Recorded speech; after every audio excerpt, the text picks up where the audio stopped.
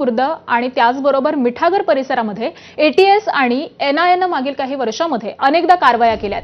याच भागामधून इसिस आणि अल कायदा यांच्यासारख्या प्रतिबंधित जागतिक दहशतवादी संघटनांशी संबंधित संशयितांना अटक करण्यात आली आहे। तर या भागामध्ये केवळ एकच पोलीस स्टेशन असल्याचा मुद्दा योगेश टिळेकरांनी विधान परिषदेमध्ये उपस्थित केला।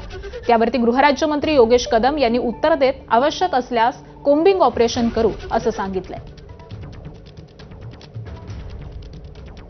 मागच्या काही वर्षामध्ये या कोंढवा खुर्द मिठानगर कौसरबाग परिसरामध्ये एक अत्यंत संवेदनशील आणि धोकादायक वळणावर उभा आहे। याचं कारण 2022 सालापासून या परिसरामध्ये महाराष्ट्र दहशतवादी पथक एटीएस, पुणे शहर पोलीस, केंद्रीय तपास यंत्रणा एनआयए यांनी अनेक ठिकाणी छापे टाकले असून अनेक संशयितांची चौकशी केली असता दहशतवादांचे केंद्र सापडणे, स्फोटके तयार करणे, त्याचे कारखाने चालवणे, दहशतवादी प्रशिक्षण दिले जाणे, बनावट टेलिफोन एक्सचेंज चालवणे, आजही परिस्थिती समोर आलेली आहे।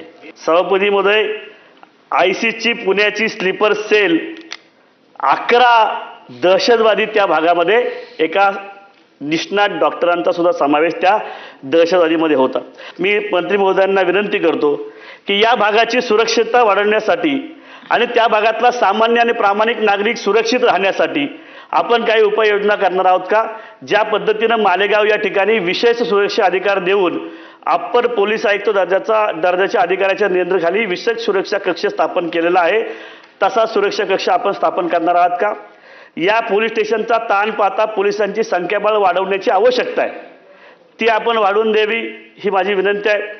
अशा घटना जर वारंवार घडत असतील तर त्या ठिकाणी अशा पद्धतीने ऑपरेशनच्या माध्यमातून त्याला आळा घालण्याचा आम्ही नक्कीच इथे प्रयत्न करू।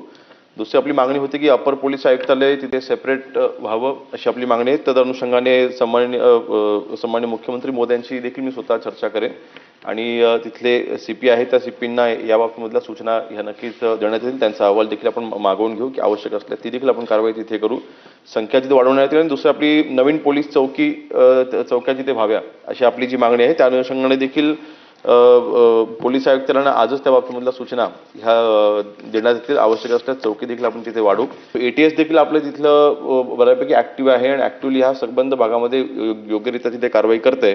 आपल्या मागणीनुसार ज्याचा मी आता इथे उल्लेख केलेला आहे, ज्या ज्या आपल्या मागण्या आहेत त्या पूर्तता करून त्या भागामध्ये ह्या अशा घटना घडणार नाहीत किंवा देशाच्या विरोधामध्ये घोषणा देणारे जे आपण त्याचा इथे उल्लेख केला आहे की तिथे मोर्चा तिथे काढला गेला होता आणि तिथे घोषणा दिल्या गेल्या होत्या, नक्कीच त्याची देखील आम्ही चौकशी करून त्याच्यावरती देखील योग्य ती कारवाई आम्ही करू।